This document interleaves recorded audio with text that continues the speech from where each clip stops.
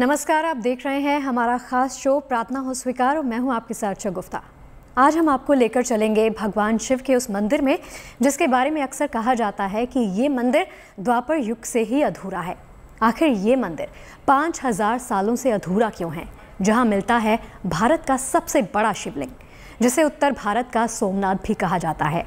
भोलेनाथ के दिव्य दर्शन के लिए देश के कोने कोने से श्रद्धालु यहाँ पहुँचते हैं, क्योंकि मान्यता है कि इस दरबार में लगने वाली बस एक हाजिरी आपकी मन की हर एक कामना को पूरा कर देती है।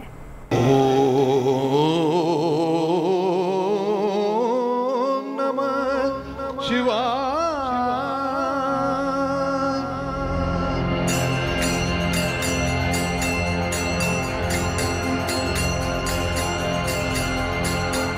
देवों के देव महादेव, जिनकी महिमा अनंत है, सावन में जिनकी भक्ति के जयकारे लगते हैं, बम बम भोले से पूरा भूमंडल गूंजने लगता है।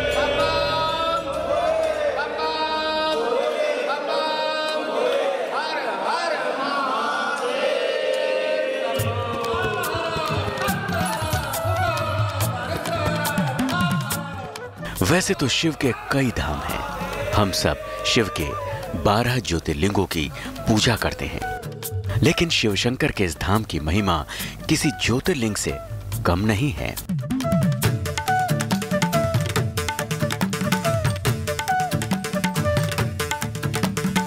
जिस मंदिर में मत्था टेकने लाखों श्रद्धालु आते हैं, सावन का महीना हो या फिर महाशिवरात्रि या मकर संक्रांति, जिनके दर्शन की लालसा इतनी प्रबल होती है कि लोग भारी भीड़ में भी खुद को सहज महसूस करते हैं। वहां दौड़े चले आते हैं, भोलेनाथ को जल चढ़ाते हैं, शीश नवाते हैं, बेलपत्र और धतूरे से महादेव का श्रृंगार करते हैं और खुद को धन्य समझते हैं।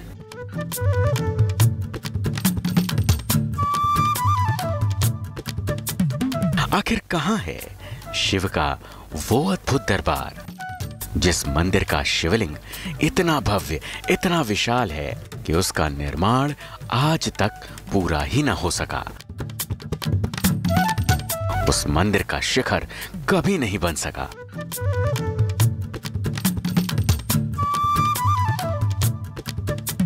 जिन्हें संसार का साधक कहा गया, आखिर उस मंदिर में महादेव की साधना आज तक अधूरी क्यों है? जिस मंदिर का सिरा द्वापर युग में पांडवों से लेकर धार के राजा भोज तक से जुड़ता है, आखिर शिव का वो धाम कभी पूर्ण क्यों नहीं हो सका? ये ऐतिहासिक मंदिर है मध्य प्रदेश की राजधानी भोपाल से करीब 30 किलोमीटर दूर रायसेन के भोजपुर में, जिसे भोजेश्वर महादेव भी कहते हैं। जिस मंदिर के आसपास मंदिर के निर्माण की निशानियां बिखरी मिलती हैं, जिस पर मुहर भारतीय पुरातत्व सर्वेक्षण विभाग लगाता है। आखिर क्या कारण रहा कि वो मंदिर बनना तो शुरू हुआ, लेकिन पूरा बन नहीं पाया? दावा किया जाता है कि भोजपुर के इस शिव मंदिर का प्रवेश द्वार दुनिया के किसी भी मंदिर से सबसे बड़ा है।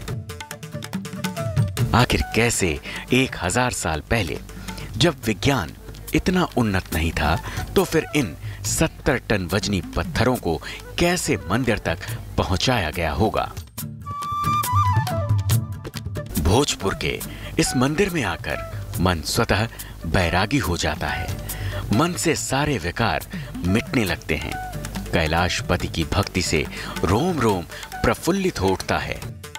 यहाँ की मान्यता है कि जो भी दिल से मांगो तो वो पूरा होता है। यहाँ इस मंदिर की विशेषता ये है कि यहाँ पे आप आके जो मनोकामना मांगते हो वो पूर्ण होती है। हम यहाँ 2005 से आ रहे हैं और आज भी आए हैं। ये एक ऐतिहासिक मंदिर है और सबसे बड़ा शिवलिंग है, ये सुन रखा है। और सबसे बड़ी विशेषता ये है कि शिवलिंग के अंदर शिवलिंग है। यहाँ पे उत्तर भारत का सोमनाथ मंदिर कहा जाता है और यहाँ पे सभी मनोकामना पूरी होती है, इनके बारे में सुना था और इसीलिए हम आए थे यहाँ पे दर्शन करने। शिव जो है हमेशा ब्रह्म ब्रह्म ब्रह्म बर मांगो बर मांगो बर मांगो बोलते रहते हैं, भंग धतूरा खा करके। अब जो भी उनके पास जाता है वो कुछ न कुछ अवश्य पाता है। आज पहली दफा दर्शन कर पाया हूँ आत्ममुग्ध हो गया हूँ। ऐसा लगता है कि जो हमने मन्नत मांगी है वो जल्द ही पूरी होगी। कहते हैं जो भी एक बार यहाँ आता है वो शिव की साधना में लीन हो जाता है। ये भी भोलेनाथ की महिमा ही है कि ये मंदिर भले ही अधूरा रह गया हो, लेकिन इस मंदिर में आने वाले किसी भी भक्त की कोई भी मनोकामना कभी अधूरी नहीं रहती। इस मंदिर के बारे में ये सुना है कि ये पांडवों के समय का मंदिर है और बीच में भोजराज देव ने यहाँ, जिनके नाम से ये स्थान, ये क्षेत्र प्रसिद्ध है, उनके द्वारा जो है जीर्णोद्धार किया गया। मंदिर के नजदीक ही बेतवा नदी बहती है, जहां भोलेनाथ का विशाल शिवलिंग लाखों भक्तों की आस्था का केंद्र है, जिसे भक्त भोजेश्वर शिवलिंग के नाम से जानते हैं। शिव भक्तों के लिए इस शिवलिंग का महत्व किसी ज्योतिर्लिंग से कम नहीं है। भारत में महादेव के अनगिनत मंदिर हैं, फिर क्या वजह रही होगी कि भोजपुर के इस मंदिर में रुद्रनाथ का महाअभिषेक नहीं हो सका।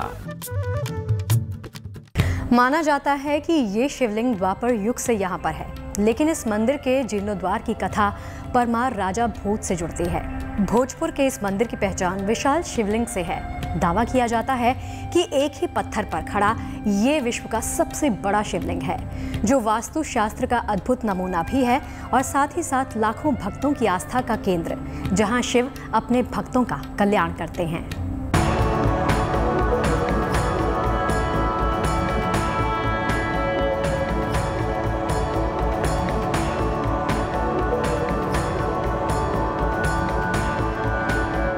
भोजपुर की पहाड़ी पर बना अद्भुत और विशाल मंदिर, जो दूर से ही भव्यता का एहसास कराता है। माना जाता है कि यह शिवलिंग एक ही पत्थर का बना है।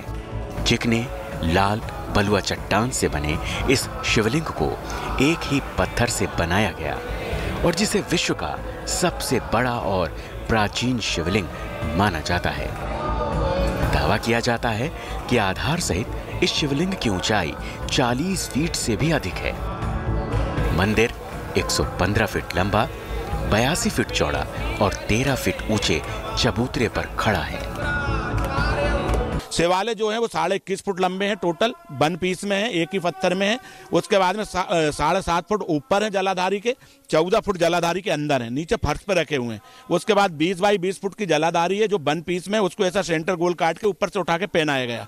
इस टाइप से इनकी मतलब यहाँ पे स्थापना की गई है। मंदिर में जाने के लिए पश्चिम दिशा में सीढ़ियां हैं। गर्भगृह के दरवाजों के दोनों ओर देवी गंगा और यमुना की मूर्तियां लगी हैं। इसके साथ ही गर्भगृह के विशाल शीर्ष स्तंभ पर भगवान की आकृतियां नजर आती हैं। शिव पार्वती, ब्रह्मा सरस्वती, राम सीता और विष्णु लक्ष्मी की मूर्तियां स्थापित है, जबकि मंदिर की बाहरी दीवारों पर यक्षों की मूर्तियां उकेरी गई हैं। पौराणिक मान्यता है कि यहाँ पर शिवलिंग पांडवों ने स्थापित किया था, लेकिन इस शिव मंदिर का जीर्णोद्धार परमार वंश के राजा भोज ने 1010 ईसा से 1055 ईसा में किया गया। ये मंदिर के बारे में ऐसा बताते हैं कि जब पांडवों को अज्ञातवास हुआ था तो उस टाइम में ये पांडव लोग यहाँ पे घूमने आए थे। ये पूरा बियावान जंगल था, तो अज्ञातवास के समय जब वो यहाँ पे आए तो ये भीमबेटका जो है यहाँ पे ये आके रुके हैं। भीमबेटका में वहाँ प्राकृतिक गुफाएं हैं, तो वहाँ पे आके रुके हैं। उसको आर्कियोलॉजिकल भी प्रमाणित करता है कि यहाँ पे भीम आके रुके हैं। दावा किया जाता है कि इस मंदिर का प्रवेश द्वार दुनिया के किसी भी मंदिर से सबसे बड़ा है। इस मंदिर की खासियत, इसमें 40 फीट ऊंचाई वाले इसके 4 स्तंभ हैं। गर्भगृह की अधूरी बनी छत इन्हीं 4 स्तंभों पर टिकी है। साथ ही भोजेश्वर मंदिर की छत गुंबदाकार है। भोजेश्वर मंदिर में बिखरे पड़े पत्थरों पर हमें मंदिर के विशाल निर्माण की योजना भी मिलती है, जिसका संकेत पत्थरों पर बने नक्शे देते हैं। इस मंदिर की भव्यता देखते ही बनती है और आश्चर्य भी होता है कि आखिर इतने भारी पत्थर इतनी ऊंचाई पर कैसे पहुंचाए गए होंगे। मंदिर के ठीक पीछे एक ढाल नुमा आकृति बनी है, दावा किया जाता है कि मंदिर के निर्माण के समय विशाल पत्थरों को ढोने के लिए इसी ढलान का उपयोग किया जाता था।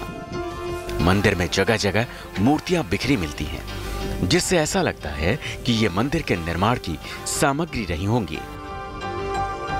मंदिर के आसपास चट्टानों पर उकेरी आकृतियां और नक्शे मिलते हैं। मंदिर को देखकर ऐसा लगता है कि मंदिर का निर्माण अचानक से रोक दिया गया होगा। आखिर ये सही है तो क्यों मंदिर का निर्माण अचानक रोका गया? इसके कोई पुख्ता प्रमाण आज भी नहीं मिलते। कई विद्वानों का मत है कि भोजेश्वर शिव मंदिर की छत इसलिए नहीं बन सकी क्योंकि ये भार का सही आकलन नहीं कर सकी। तब राजा भोज ने इस दोष के कारण ही इस मंदिर का निर्माण नहीं किया होगा और मंदिर के निर्माण को रोक दिया गया होगा। इसके कारण अभी तक अज्ञात ही हैं, लेकिन इतिहास के जानकार बताते हैं कि इसके न बनने के पीछे कारण कुछ भी हो सकता है। प्राकृतिक आपदा, संसाधनों की कमी या फिर किसी युद्ध के शुरू हो जाने के कारण ही मंदिर का निर्माण रोक दिया गया होगा। कुछ लोग राजा भोज के निधन से भी इस मंदिर के अधूरे रहने के कारण को मानते हैं। लेकिन भोजपुर के भोजेश्वर मंदिर को लेकर कई पौराणिक कहानियां मिलती हैं, कई दावे मिलते हैं, किंवदंतियां मिलती हैं जो इस मंदिर की ऐतिहासिकता पर मुहर लगाती हैं। तो भोजेश्वर मंदिर के बनने की कई कथाएं मिलती हैं। मान्यता कहती है कि इस मंदिर की कथा का आरंभ होता है द्वापर युग से, जब माता कुंती की शिव भक्ति के कारण पांडवों को यहाँ पर शिवलिंग की स्थापना करनी पड़ी। जबकि साक्ष्य कहते हैं कि इस मंदिर का निर्माण धार नरेश परमार शासक राजा भोज ने करवाया था। मंदिर के शिवलिंग को लेकर कई सारी कथाएं मिलती हैं जो महादेव के इस दर की गाथा कहती हैं।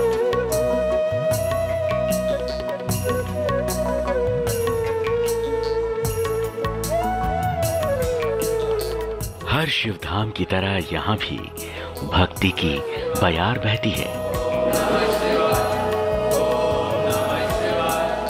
आस्था हिलोरे लेती है और मन में बस जाता है शिवाला।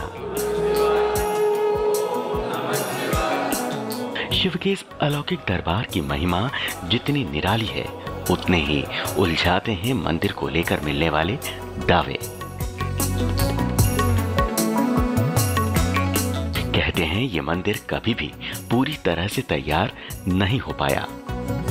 इस मंदिर को जिस युग में जितना बनाया गया, ये अधूरा ही रह गया। ये भोलेनाथ की महिमा ही है कि यहाँ आने वाले किसी भी भक्त की कोई भी मनोकामना अधूरी नहीं रहती।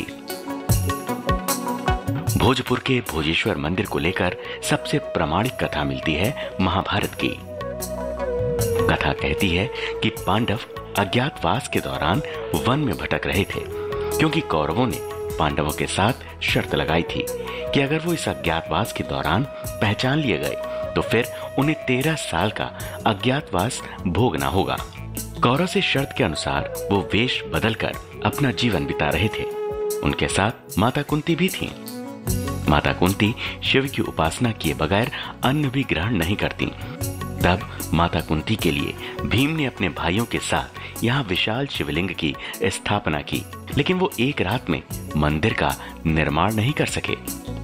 माता कुंती जो थी वो शिव उपासक थी। वो जब तक शिव जी की पूजा नहीं कर ले अंजन ग्रहण नहीं करती थी। तो उन्होंने फिर पांडवों से कहा कि मेरे लिए कहीं शिवालय की स्थापना कीजिए, उसके बाद में मैं वहाँ पे पूजा पाठ करूंगी, तब भोजन करूंगी। तो उन्होंने कहा ठीक है। जिस पे ये शिवालय स्थापित है, जहाँ ये मंदिर बना है, ये पूरी ओम आकार में है। इसको आप सैटेलाइट पे देखोगे तो ये पूरी पहाड़ी ओम के आकार में है और ओम का जो बीच सेंटर है वहाँ पे शिवालय स्थापित है और उसी जगह पे ये मंदिर बना हुआ है। भोजपुर के इस मंदिर को लेकर दूसरी कथा मिलती है परमार राजा भोज की। कहते हैं 10वीं सदी में राजा भोज का शासन था। उनकी कीर्ति दूर दूर तक फैली थी, लेकिन तभी अचानक राजा भोज को कोढ़ का रोग हो गया। तमाम वैद्य उनका उपचार कर चुके थे, लेकिन उनका कोढ़ रोग ठीक नहीं हुआ। तब किसी आचार्य ने उन्हें एक शिवलिंग की आराधना का उपाय बताया। जब उनका कुष्ठ रोग ठीक हुआ तो उन्होंने यहाँ पर भव्य मंदिर बनवाया। लेकिन वो मंदिर तो बना, लेकिन उसका शिखर आज तक नहीं बन पाया। तो भोज परमार जब हुए तो वो धार के रहने वाले थे, भोपाल के राजा हुए। भोपाल के जब राजा हुए तो उनको हो गया था कोढ़। तो जब उनको कोढ़ हुआ तो उन्होंने काफ़ी ट्रीटमेंट कराया। जब वो कहीं से ठीक नहीं हुए तो उन्होंने फिर ब्राह्मणों से, पंडितों से, महंतों से पूछा कि मुझे इस उपचार बताओ, इस रोग से कैसे मुक्ति मिलेगी। तो उन्होंने कहा आप 9 नदी 99 नाले का एक जलाशय डैम बनवा लीजिए, उस डैम के किनारे शिवालय की स्थापना कीजिए और उस डैम के जल से भोलेनाथ का आप अभिषेक करिए, तो रोग से मुक्ति पालेंगे। डैम राजा भोज परमार ने बनाया था, ये मंदिर पांडवों ने बनाया था। ये चीज की कहानी है। जबकि मंदिर को लेकर एक कथा ये भी है कि इस मंदिर का निर्माण एक ही रात में होना था। छत का काम पूरा होने से पहले ही सुबह हो गई, इसीलिए निर्माण अधूरा रह गया। मंदिर का तेज इतना अलौकिक है कि जब आप मंदिर में आएंगे तो खुद को शिव की साधना में लिप्त पाएंगे। आज तक मंदिर ऐतिहासिक स्मारक के रूप में भारतीय पुरातात्विक सर्वेक्षण विभाग के संरक्षण के अधीन है। शिवरात्रि में राज्य सरकार यहाँ भोज उत्सव का आयोजन करती है। दावा मिलता है कि जिस तरह भारत के सोमनाथ मंदिर की कीर्ति चारों ओर फैली है, जिस तरह 17 बार सोमनाथ के मंदिर का खजाना लूटा गया, उसे खंडित करने की कोशिश हुई, उसी तरह भोजपुर के इस मंदिर का तेज भी चारों ओर फैला है। तभी औरंगजेब ने इस मंदिर पर हमला किया और मंदिर को लूट लिया। इसके बाद में ये मंदिर ऐसा बताते हैं कि पूर्ण रूप से कंप्लीट था। इसके बाद ये पूरा बना हुआ था। इसी के बाद इनकी शिवालय की स्थापना हुई है। इसके बाद यहाँ पे जब औरंगजेब आए तो औरंगजेब ने फिर इसमें लूटपाट की है। ऐसा बताया जाता है कि शिवालय के अंदर भी हीरे लगे हुए थे, इसके बाद इसके डोम में हीरे लगे हुए थे कि पहले प्रकाश की व्यवस्था नहीं होती थी, तो फिर औरंगजेब ने वो सब हीरे इसमें से निकाले। मंदिर को लेकर दावे अपनी जगह हैं, आस्था अपनी जगह। सच्चाई ये है कि श्रद्धा की बयार यहाँ युगों युगों इसी तरह बह रही है। आस्था मीलों दूर से चलकर यहाँ शीश झुकाने आती है। अब वक्त है धर्म के उस सूत्र के पीछे के तर्कों को जानने का जिनसे मजबूत होता है हमारा जीवन।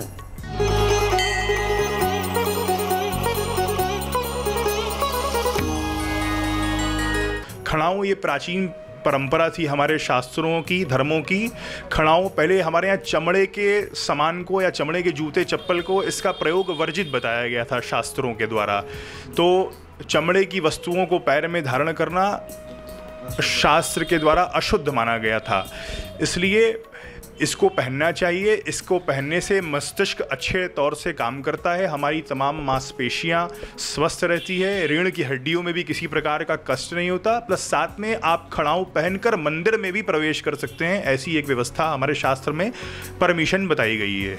तो प्रार्थना हो स्वीकार में आज के लिए आध्यात्म का सफर यहीं तक। कल फिर मिलेंगे आपसे और आपको लेकर चलेंगे आध्यात्मिक यात्रा पर। तब तक के लिए हमें इजाजत दीजिए और आप देखते रहिए गुड न्यूज़ टुडे।